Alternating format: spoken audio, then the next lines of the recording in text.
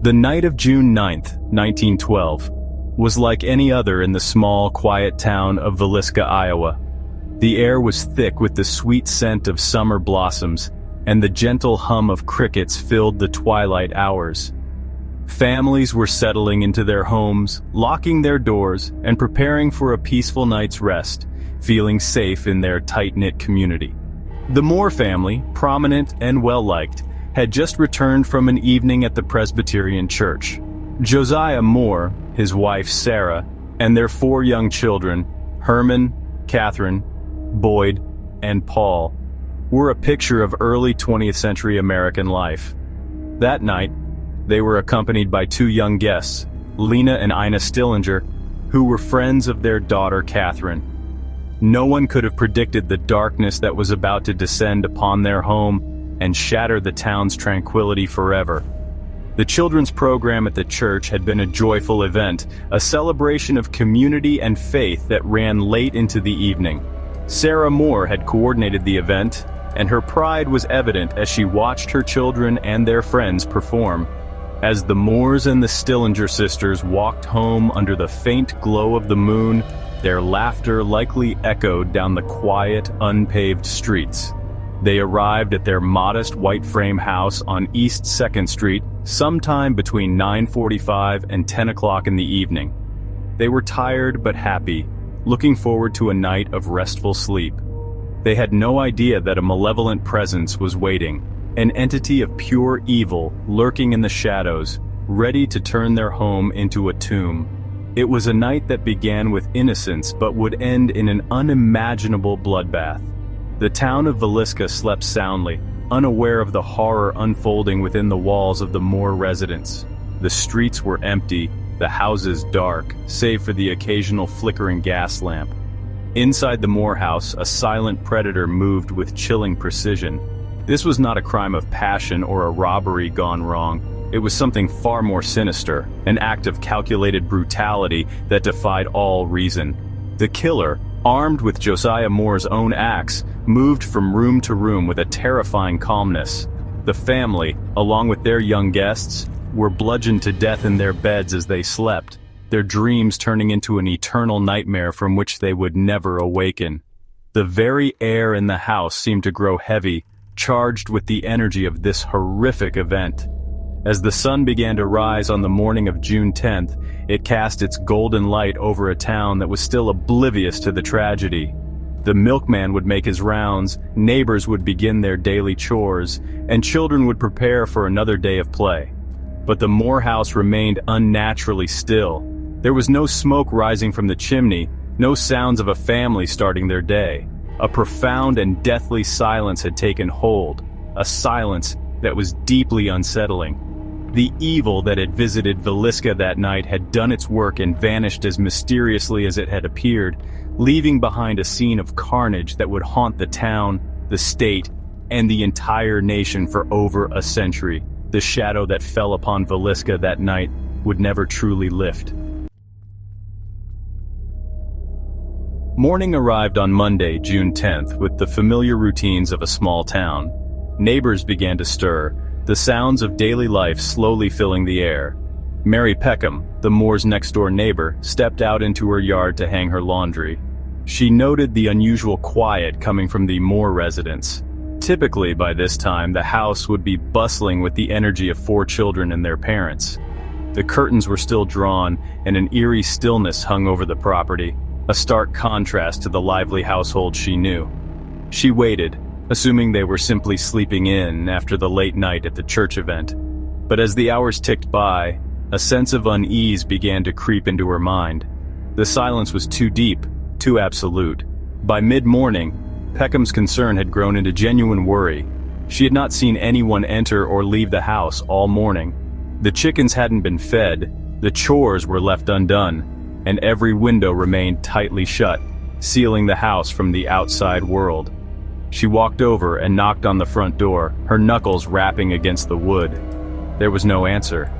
She called out for Sarah, her voice laced with growing anxiety, but only silence responded. She tried peering through a window, but the drawn curtains blocked her view, concealing the horror that lay within. The stillness was no longer just unusual, it was ominous. A heavy blanket of dread that seemed to smother the entire property.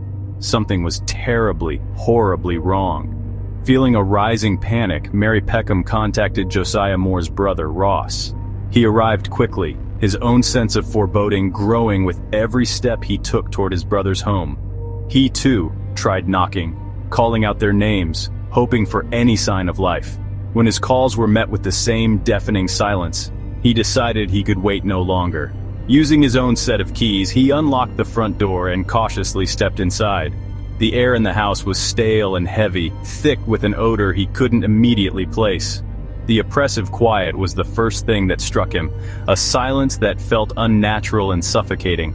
The house was dark, every curtain drawn, plunging the interior into a gloomy twilight.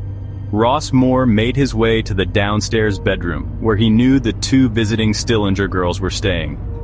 Pushing the door open, he was confronted with a scene of pure butchery.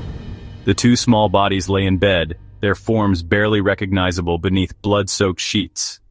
The shocking, gruesome reality of what had happened crashed down on him. He didn't dare venture further into the house. Stumbling back outside, pale and shaking, he could only manage to tell Mary Peckham to call for help.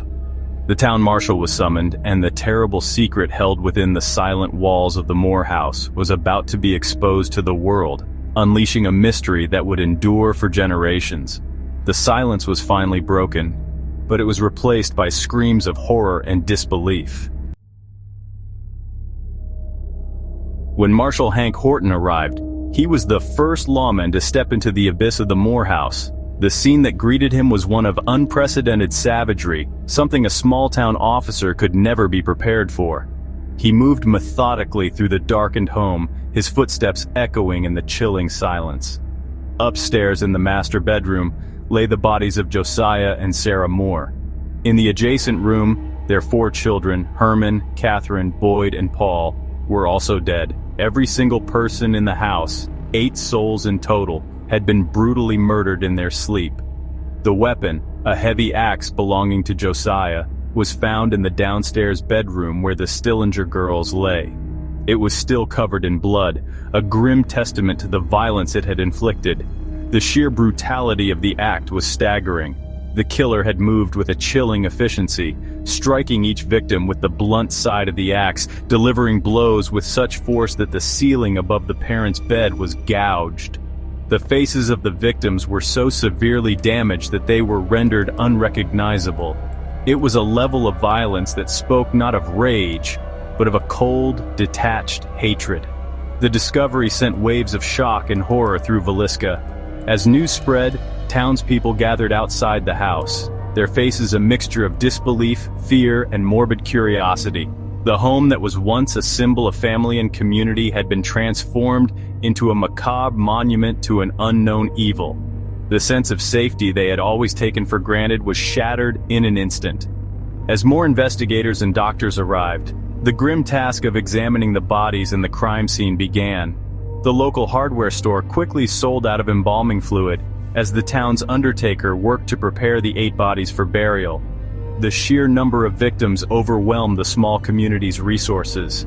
A joint funeral was held, a somber event that saw nearly the entire town turn out to mourn the loss of the Moore family and the Stillinger sisters. The sight of 8 caskets lined up served as a horrifying visual representation of the tragedy that had befallen them. Villisca was a town in mourning, but it was also a town paralyzed by fear. A monster had walked among them, and no one knew who it was or if they would strike again. The initial investigation was chaotic and poorly managed from the start. Hundreds of curious townspeople were allowed to walk through the crime scene before it was properly secured, potentially destroying crucial evidence. Souvenir hunters even took small items from the house, further contaminating the scene.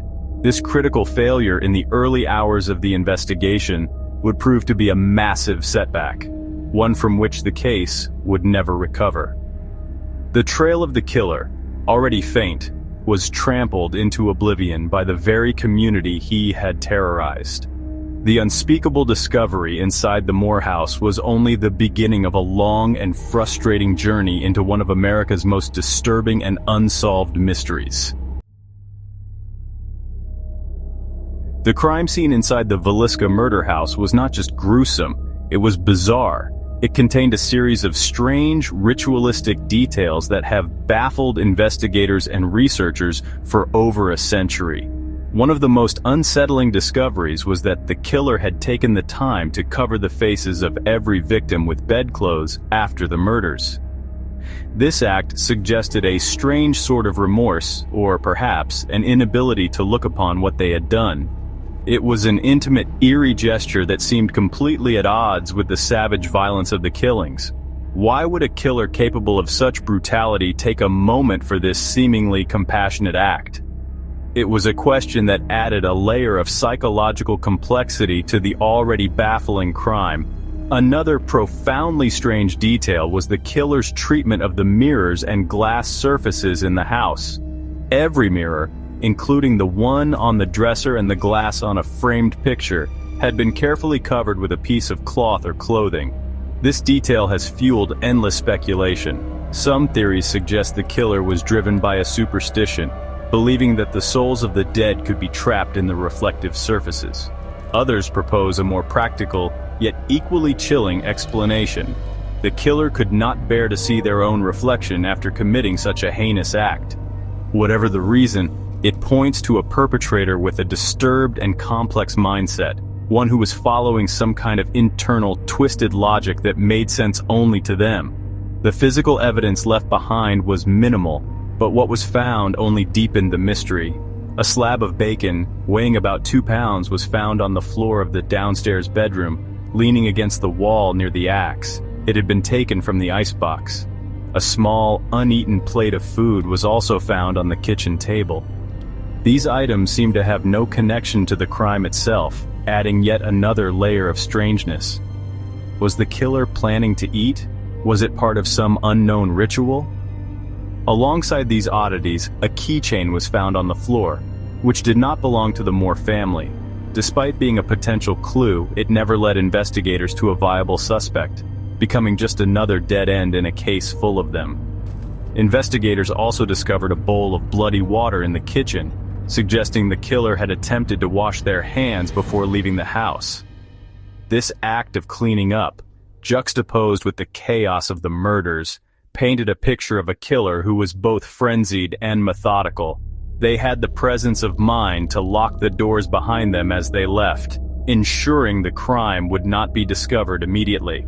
They moved through the house with a ghostly silence, committed their horrific deeds, performed their strange rituals, and then vanished into the night, leaving behind a perfectly preserved tableau of horror.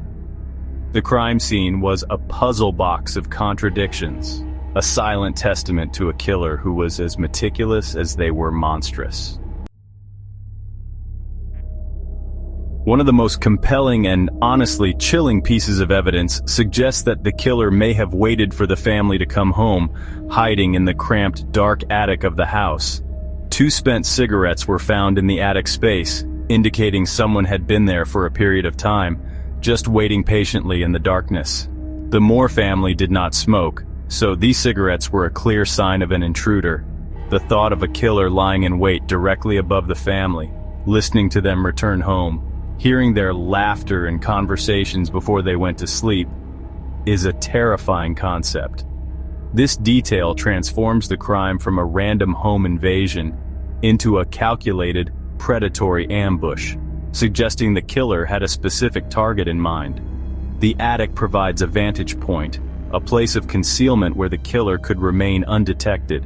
From there, they could have listened to the rhythms of the household, learning the layout and the sleeping arrangements. This level of premeditation is deeply disturbing. It implies the killer was not acting on a sudden impulse but had planned the attack with cold, deliberate patience. They waited for the perfect moment when the entire family was asleep and at their most vulnerable. The silence of the house would have been broken only by the killer's own breathing, as they anticipated the horror they were about to unleash upon the unsuspecting family below. The attic became the killer's lair, a dark space pregnant with murderous intent. The presence of the cigarettes raises more questions than answers. Who was this person? A local resident? A transient passing through town? The investigation explored several possibilities, including a theory that the murders were the work of a traveling serial killer who had committed similar crimes in other states. This phantom killer, moving from town to town by train, would leave a trail of carnage before disappearing without a trace. The cigarettes found in the attic could have belonged to such a man, a drifter who saw the Moore house as an easy target. This theory expanded the scope of the fear, suggesting that the evil that visited Villisca was not homegrown, but an outside force that could strike anywhere, at any time. The image of the phantom in the attic continues to be one of the most haunting aspects of the Villisca mystery. It personifies the unseen threat, the evil that lurks just out of sight. This individual, or perhaps individuals, managed to enter the home, hide, commit 8 murders, and then slip away completely unnoticed. They left behind almost no clues to their identity, just a few cigarette butts and a legacy of terror. The phantom of the attic remains a ghost, a faceless specter who represents the heart of the Villisca nightmare, the terrifying reality that a killer was able to orchestrate and execute a perfect crime, leaving an entire community to wonder who was hiding in the shadows.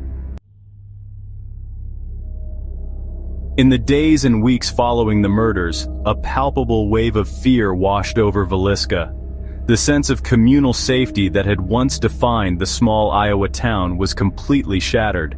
Doors that were once left unlocked were now bolted shut, and windows were nailed closed. Many residents, terrified that the killer was still among them, just refused to sleep in their own beds. They spent nights huddled together in groups for safety, with men taking turns standing guard, armed with shotguns and rifles. The streets of Villisca, which used to be filled with the friendly chatter of neighbors, became deserted after dark. A heavy suspicion hung in the air, and folks began looking at their friends and neighbors with distrust and fear. The investigation, plagued by a contaminated crime scene, quickly devolved into a frenzy of accusations and wild theories. Several individuals were named as suspects over the years, turning the community against itself. One of the first was Frank F. Jones, a prominent state senator and Josiah Moore's former employer and business rival. It was rumored that Josiah had been having an affair with Jones's daughter-in-law, providing a possible motive of revenge. Although Jones had a strong alibi, the suspicion lingered, dividing the town between those who believed in his guilt and those who defended him. This accusation created deep and lasting rifts within the community, turning neighbor against neighbor and tearing at the social fabric of Villisca. Another prominent suspect was Reverend George Kelly, a traveling minister who had been in town on the night of the murders. Kelly was known for his strange behavior and had a history of mental health issues. He even confessed to the murders at one point, providing a detailed account that seemed to match the crime scene, only to later recant his confession. He was tried twice for the murders, but both trials ended without a conviction, one in a hung jury and the other in an acquittal. The case against Kelly, like the case against Jones, was based largely on circumstantial evidence and local gossip, leaving the public divided and the mystery unresolved. The search for a culprit only seemed to create more questions and sow more discord. With no convictions and no definitive answers, the Villisca Axe murders officially became a cold case. The killer was never identified, and the motive remains a subject of intense debate. This lack of resolution left a permanent scar on the town of Villisca. The fear eventually subsided, but it was replaced by a lasting sense of unease and a collective trauma that was passed down through generations. The murders became a dark legend, a cautionary tale whispered among residents. The failure to bring the killer to justice meant that there was no closure for the victims' families or for the community. The town was left to live with the terrifying knowledge that a monster had walked their streets and had gotten away with it. Long after the bloodstains were cleaned and the criminal investigation went cold, the house on East 2nd Street began to develop a new and terrifying reputation. The physical horror of the crime scene eventually faded, but it was replaced by a different kind of horror, one that was psychic and supernatural. Locals began to speak of the house in hushed tones, claiming it was cursed by the traumatic events of that night in 1912. They reported strange occurrences, shadowy figures seen in the windows, and the faint, disembodied sounds of children crying. The house, which had stood as a silent witness to an unspeakable crime, was now believed to be a vessel for the restless spirits of the 8 people who had lost their lives within its walls. The legend of the haunted Villisca Axe murder house grew over the decades. It was bought and sold several times, but no family ever stayed for long. Occupants reported a litany of paranormal phenomena that made living in the house unbearable. They spoke of doors opening and closing on their own, objects moving without explanation, and a constant, pervasive feeling of being watched by an unseen presence. The most common reports were auditory. The sounds of footsteps walking across the upstairs floors, the soft giggles of children echoing in the empty rooms, and chilling whispers that seemed to come from nowhere. It seemed the psychic energy of the murders had been permanently imprinted on the very structure of the building. By the 1990s, the house's haunted reputation had spread far beyond the borders of Villisca. It was purchased and restored to its 1912 condition, not as a home, but as a dark tourist attraction and a location for paranormal investigations. This transformation solidified its status as one of the most haunted places in America. Ghost hunters, psychics, and thrill seekers began to flock to the small Iowa town, eager to experience the paranormal activity for themselves. They came armed with cameras, audio recorders, and all manner of ghost hunting equipment, hoping to capture definitive proof of the spirits that were said to linger there. The house became a laboratory for paranormal research, its dark history now its primary reason for being. The stories that emerged from these overnight stays and investigations were chilling and remarkably consistent. Visitors frequently reported experiencing dramatic drops in temperature in certain rooms, particularly in the children's bedroom upstairs. These cold spots were often accompanied by a heavy, oppressive feeling as if the air itself was thick with sorrow and fear. Many have claimed to capture electronic voice phenomena or EVPs on their recording devices, disembodied voices that whisper names, answer direct questions, or simply cry out in pain. These whispers from the other side suggest that the Moore family and the Stillinger sisters are still present, forever trapped in the location of their violent deaths, endlessly replaying the final, terrifying moments of their lives.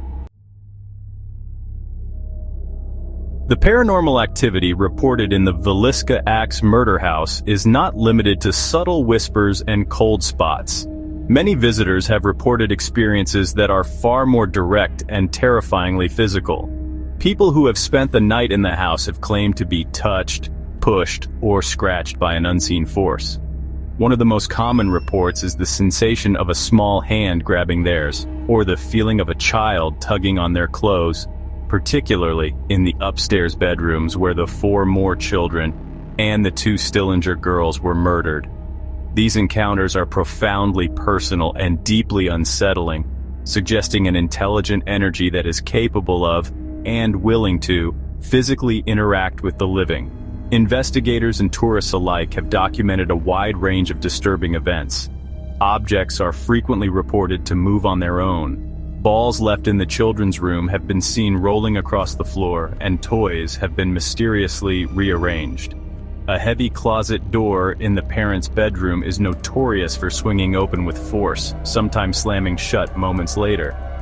Some have even reported seeing a shadowy man-shaped figure standing in the corner of that room, often near the closet.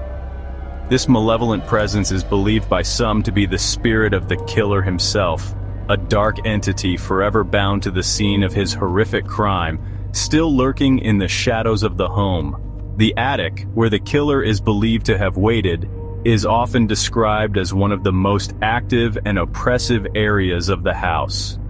Visitors who dare to climb the steep ladder into the cramped space report feeling an overwhelming sense of dread and anger. Some have been overcome with nausea and dizziness, while others have fled in terror, claiming to have heard a low, menacing growl. It is in this dark, confined space that the predatory energy of the killer feels most concentrated.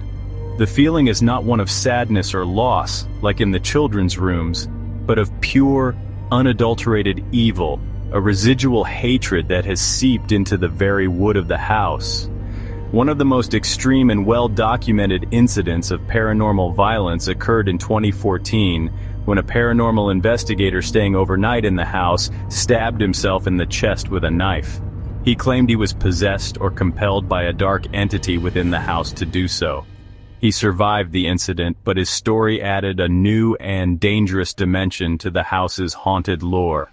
It suggested that the forces at play in the Villisca house were not just restless spirits of victims, but something far more malevolent and powerful. The house is not just a place of sorrow.